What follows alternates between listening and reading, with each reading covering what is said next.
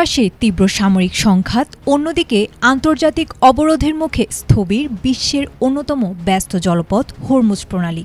বিশ্ববাজারে তেলের চড়া দামের মধ্যে সবাই যখন ভেবেছিল ইরানের অর্থনীতি এবার পুরোপুরি ধসে পড়বে, ঠিক তখনই ঘটল উল্টো ঘটনা। পশ্চিমা দুনিয়াকে অবাক করে দিয়ে চরম সংকটের মধ্যে এখনও টিকে রয়েছে ইরানের অর্থনীতি। সাধারণত যুদ্ধ বা বড় অর্থনৈতিক সংকটে আন্তর্জাতিক বিনিয়োগকারীরা কোনো দেশ থেকে রাতারাতি মূলধন তুলে নেয়, কিন্তু ইরানের ক্ষেত্রে যেন পরিস্থিতি পুরোপুরি ভিন্ন। প্রায় ১.৫ দশক ধরে পশ্চিমা কঠোর নিষেধাজ্ঞায় থাকা দেশটি এমনিতেই বিশ্ব অর্থব্যবস্থা থেকে একরকম বিচ্ছিন্ন বলা যায়। ফলে যুদ্ধ শুরু হলেও সেখান থেকে বিদেশি মূলধন বা পুঁজি পাচার হওয়ার কোনো সুযোগ ছিল না। ডলারের দর আকাশ ছুঁলেও রিয়ালের অবমূল্যায়নের কারণে স্থানীয় মানুষ বাধ্য হয়ে দেশের শেয়ার বাজারে বিনিয়োগ বাড়িয়েছেন। টানা ৮০ দিন বন্ধ থাকার পর শেয়ার সূচক রেকর্ড করেছে কেবল এই বাধ্যবাধকতার কারণেই।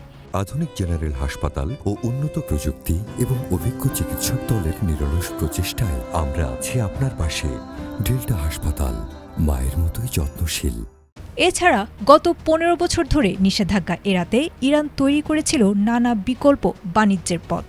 চীন, রাশিয়া, তুরস্ক ও পাকিস্তানের সঙ্গে স্থল ও অপ্রাতিষ্ঠানিক সমুদ্রপথে তাদের বাণিজ্য নেটওয়ার্ক আগের মতোই সচল রয়েছে।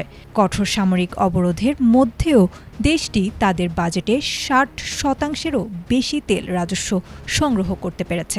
রাষ্ট্রীয় সরাসরি নিয়ন্ত্রণ থাকায় তেহরান মুহূর্তের মধ্যেই জরুরি কাঁচামাল ও জ্বালানি প্রয়োজনীয় খাতগুলোতে সরবরাহ করতে পারছে।